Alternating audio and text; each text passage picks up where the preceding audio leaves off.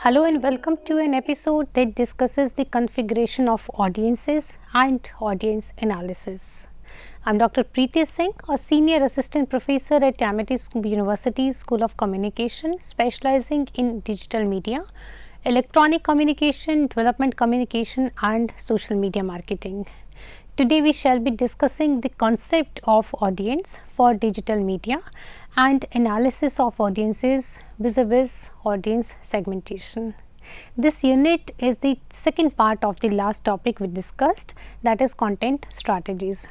Since no content could survive without being consumed by the audiences, and all the audience analysis is in vain in the absence of relevant and quality content.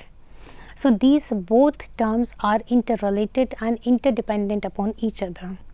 For the term audience, there have been many other alternatives used over the decades. There are readers for newspapers and magazines. There are listeners for radio and music. And there are viewers for the television and cinema. The term audience encompasses all these types. In place of the audience, the word public has also been used by many, particularly concerning media marketing and public opinion development. The term mass in the mass audience also has been used to convey a particular type of audience that grew out of mass society. Further, going more towards the later half of the 20th century, the term consumers has been used in place of the audience, as the global conglomerates of the media corporate houses rose to the power, producing and selling their products in the form of news, cinema, soap operas, songs, etc. However, lately, after the rise of social media and the internet, the role of audience as a receiver has been changed. From their role as consumers against the producers of the media content, they become the producers of the content themselves. With the democratization of new media, the earlier audiences now become the message sender as well as the receiver. They became the producer as well as the consumers of the user generated content or UGC. Thus, in the age of social media, the term audience to be replaced with the term prosumer, as coined by Alvin Toffler. Hence, in this session, we will discuss the different concepts associated with audience as a section of the society and digital media consumer as well. We shall also discuss their demographical profile, segmentation and do the analysis on the basis of their requirements. Now, let us start by discussing the objectives of this episode. The objectives of this lesson are to outline the evolution of media audiences and its changing nature, to infer the validity of the term audience in case of digital media, to detail and discuss the audience promotional strategies, to apply tools and strategies particularly for online media audience analysis. Now, let us talk about the most important aspects of the content strategy, which is audience analysis, because all the process of content strategizing is waste without knowing and understanding the needs of the audiences. So, let us discuss who is an audience and how to configure the requirements. J. Rosen, professor of journalism of New York University in 2006 wrote in his Press Think blog post, "The people formerly known as the audience are those who were on the receiving end of the media system and then ran one way. In a broadcasting pattern with high entry fees and few firms competing to speak very loudly while the rest of the population listen in isolation from one another. and who today are not in a situation like that at all. Rosen, with this blog post, raised the issue of growing invalidity of the term audiences and the need to identify more relevant terms in the changing situation. There is a long tradition of placing the audience in a long stratum of hierarchy as a gullible fools who lack knowledge and understanding. For Plato and Socrates, as can be found in Gorgias or Plato, the orator should carry the responsibility to enlighten these ignorant audiences, or the so-called hoi polloi. However, for Aristotle, the demographics, emotional state and character type of the audience members are essential elements to define an audience. As he explained in rhetoric, the audiences can be passive, spectators or engaged public or judgmental individuals. In India as well, Bharata's Natya Shastra considers audiences more like judges than as critics. Quite similar to the Western concepts, Bharata's Natya Shastras acknowledged the incapability of audiences to grasp superior messages. However, ras or emotional states are invoked among audiences through the patra or the message mediators. More profound the invocation, more successful is the message. More towards the current understanding of the term audiences, Sean Moore in his book Interpreting Media Audiences wrote, "There is no stable entity which we can isolate and identify as the media audience. No single object that is unproblematic there for us to observe and analyze. The audience has been defined by categories of people, by the medium chosen, by type of messages, and by the time as an era or as in preferred moments of exposure." As James Hay wrote in The Audience and its Landscape, that living in a mediated world amidst the continuous flow of messages, the audience becomes the audience about a particular social or cultural site. Thus, the concepts of audience, though, is highly context and text specific, but they have always been the receivers in the traditional perspective of the term. So far, we have explored the evolution of the audience and its concept along with surveying the prevailing debates of the term. The question surrounding is validity, with particular reference to the rise of social media. So, of course, social media have developed a new breed of the audience which is different from before. However, the question is, how different is it?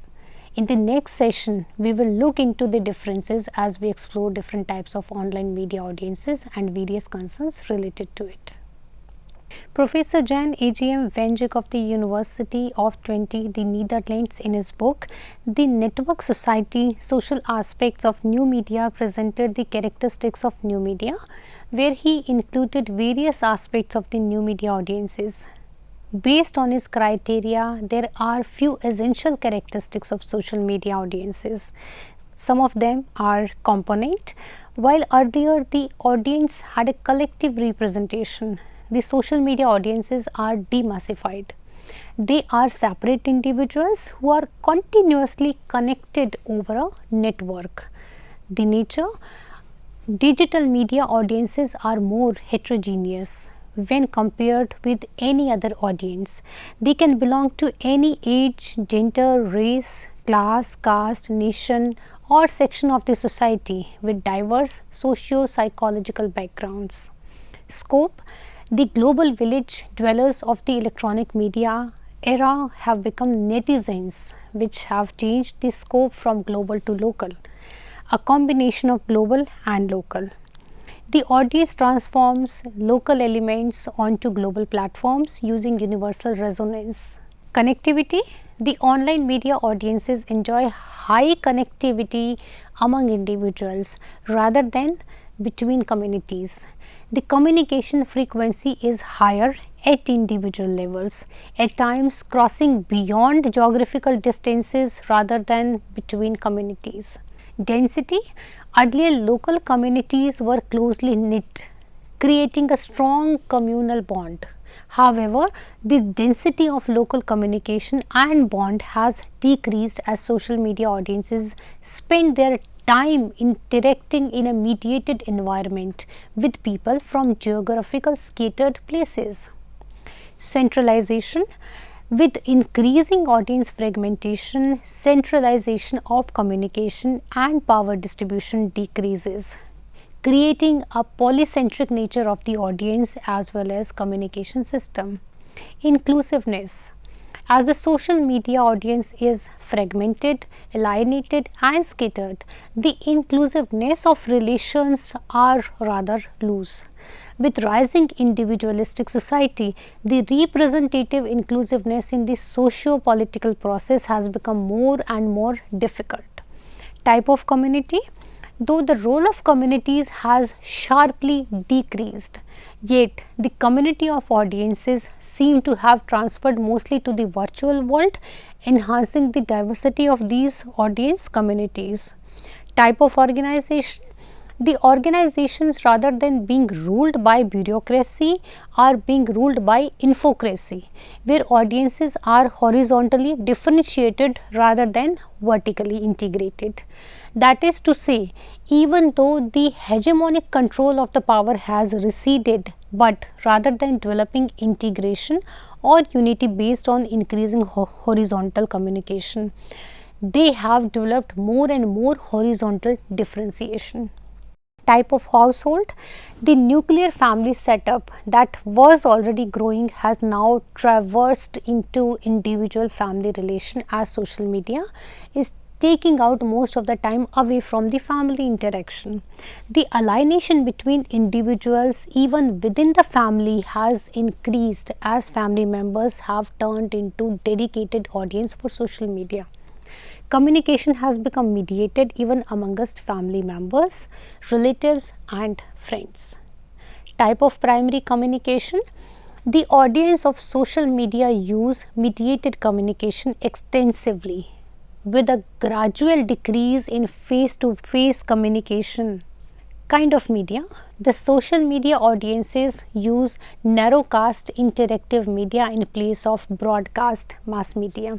Due to this, audiences are much more active in their media choices. They are participants in experiencing media rather than as passive consumers. They are getting habituated to personalized content with high interactivity. The number of media. Digital media audiences are getting habituated to handling a high number of media or resources of information. As the issue of space limitation in publishing has decreased, so the revolution of information and information sources have become an obvious extension.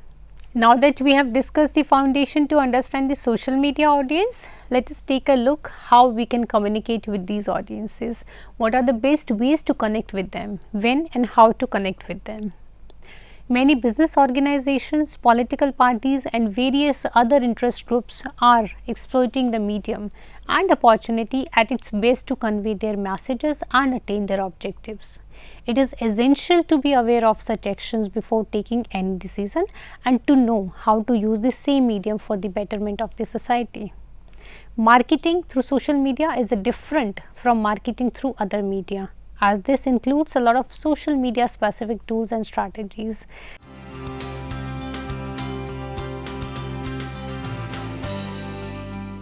As we have already discussed that there are different types of digital media audiences, let's talk about the another important term, audience segmentation. However, audience segmentation is done for increasing business intelligence, for the ease of marketing and public relations, and to be able to take the right decision for the best interest of any organization. But it is also a part of social media analytics, which gathers, arranges, analyzes and presents the social media data for more informed publicity or marketing decision. There are multiple ways of audience segmentation, while a few of them are the same as that of the other media. Some are distinct to social media only. Audience segmentation for digital media is generally done based on some of the parameters, including type of account, For example, whether it is personal, professional or organizational account. Location, depending on the location of the user, the messages can be targeted with customized geolocation based services or products. Gender, same as the location, the messages can be targeted based on the gender of the users, shaping the content of the messages accordingly. On the basis of age, while most of the social media users are young adults, yet there are some people from older generations in social media as well. Depending on the age of the user, the message can be customized. Social status is one of them. The social status of the users can be segmented based on, for example, their economic status, their cultural status, their lifestyle choices. All this information becomes important in knowing what kind of product or service can be offered to a particular user. The relationship status is the another one, depending on whether the user has a family or not, can also be useful in offering a particular service or product. For example, a married woman with children can be targeted with a message for buying bigger cars, while a single working woman can be targeted with message for buying smaller cars. Job profile, depending on the type of job the user is associated with, messages can be customized. The job profile may include working hours, type of responsibilities, average monthly income and so on. On the basis of time spent on online media, few online media specific categories are also important for audience segmentation.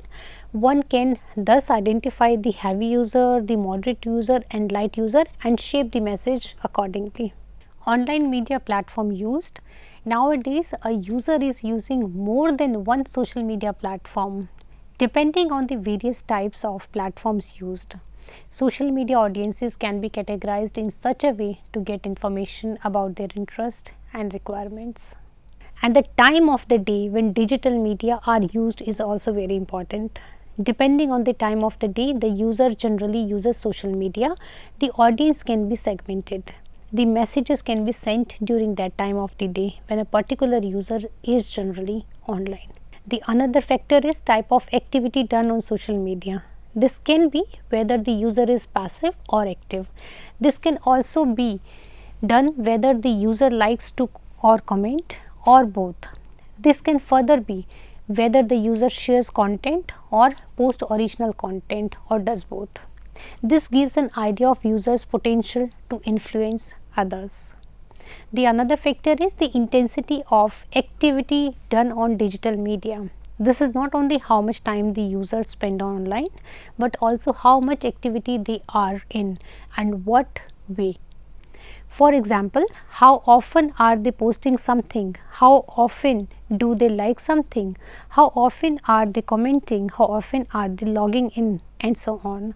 This gives an idea of how useful and effective the particular medium would be for communicating with the particular user. The next is online network pattern. This is based on the kind of people the users are connected with. For example, the network pattern for a particular user can be young college students, or for another user can be doctors. Another factor is the number of followers. This is simply the number of people the user is connected within a particular social media platform. Users' behavior, this is basically what the user is posting about on online media.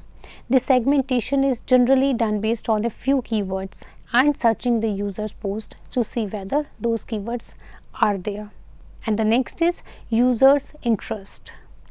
This comprises the interest area of the user, that is to say what they generally like, what type of groups are they part of, what or whom they are following. This can be segmented in hierarchical categories. For example, someone may like arts. Under the arts it might be painting, under the paintings it might be modern painting, etc. So these are the few categories based on which digital media audience segmentation can be done. However, the list is not exhaustive. Depending on the need, objectives and utility of the product, further segmentation can be done as required. There is much social media analytics software which can pull data from social media as specified and develop a database with the above information or more as required. Many social media accounts include free analytics services comprising necessary information. For example, if you are using a blog, in your blog's analytics section, you can find how many people in the audience is visiting your blog, how often they are visiting, from which area of the world they are visiting.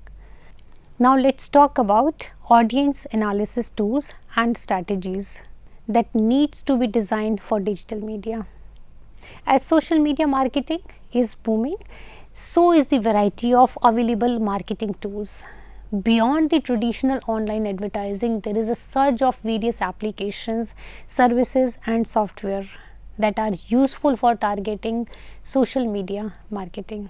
To get an idea, these 5 popular tools that serve various purposes of social media marketing. Let's talk about the first one. First one is the buffer. Buffer enables one to schedule posts on various social media platforms at once based on the day of the week, time of the day, controlling the frequency of the post as well.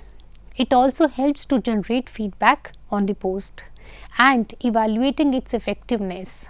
Similar to the buffer is Hootsuite, which has a free version and relatively cost effective version for almost the same purpose.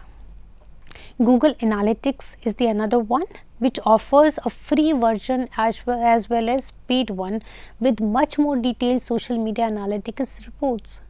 The service generates detailed reports on the audience traffic. BuzzSumo is the another one which is a content aggregator and social listening service which gathers social media content on a specified topic or keyword. BuzzSumo offers a breakdown of most trending posts on specified keywords or topics along with listening the significant influencers who are sharing that content online. Feedly, Tagboard are other similar services which are available online. The another one is Sprout Social. Sprout Social is a compact package of social media marketing needs serving various purposes through one single application. Like Buffer and Hootsuite, it offers one to schedule messages for posting on various social media platforms. It also offers detailed social media analytics like Google Analytics. Moreover, like BuzzSumo, Tagboard offers a social listening service to understand the uses of social media platforms. The next is Social Mention. It is similar to social listening services. Social Mention offers one to track and measure what social media users are talking about a company, a service or a product. This free service offers the analyzed data based on 4 categories of strength, sentiment, passion and reach. Apart from these 5, there are other multiple social media marketing tools designed for specific purposes. For example, Facebook Power Editors used for marketing, particularly on Facebook, Tailwind for Pinterest and Instagram, Tweepy for Twitter and so on. Then there is Bitly, which one can use to shorten a long URL that makes it easier to be shared as social media feed. So, the number of tools available is numerous, which one should explore further online as per one's requirement. Let us talk about the audience analysis strategies now. We know that social media marketing is unavoidable at present. For any successful business or communication planning, it is not only that a large section of the prospective buyers is social media users, but also a large section of the society aware and active population is also on social media. Thus, social media not only becomes a highly cost effective way of promoting one's brand, but it is also a highly effective medium to spread social awareness. There are various marketing strategies already existing for various requirements. Here we will concentrate on strategies only applicable for social media marketing. These are not general strategies applicable to any media marketing planning. Among various social media marketing strategies, the important ones are: identify the goals to be achieved through social media marketing, research social media platforms, research social media audience, identify social media demographics and target audiences, research social media competition, set social media marketing metrics like reach, engagement, clicks, sentiments, analysis, etc. Create social media accounts and be active. Develop a brand image through the same logo, color sequence as display picture over various social media platforms. Generate social media hashtags, social media groups and pages. Identify the type of content most popular within the target audience and generate such content. Identify the time of the day target audiences are mostly online and schedule messages during the time. Do not post very frequently, space out the post keeping in mind the audience's requirement. Tag related influencers in the post. Share useful content and only quality content persist in social media. Try to avoid directly selling your products or services. Instead, inform, educate, collaborate and contribute. Use social bookmarking sites. Be very just and ethical in your post and comments. Add your URL with the comments or post for more information for the audiences. Develop and create good content over social media. For example, create entertaining YouTube videos, interesting podcasts, useful blogs, etc. In crisis, do not hesitate to apologize and take necessary steps. As the concluding remarks, we would like to say digital media offers a platform for all, which includes audiences who are not media literate.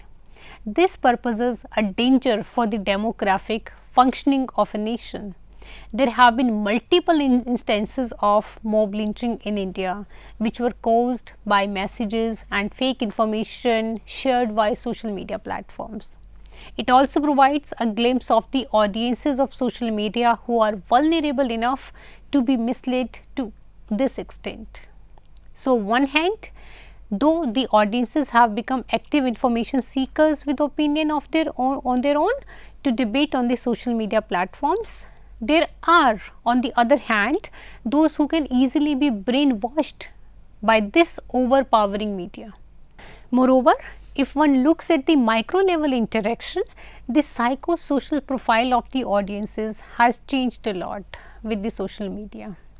Here the concerns are growing: alienation, identity crisis, weakening family ties, the virtual transformation of life and living, parasocial relations, media dependency, egocentric society, detachment from the immediate environment, mediated emotions, social media burnout, decreasing attention span, increasing irritability.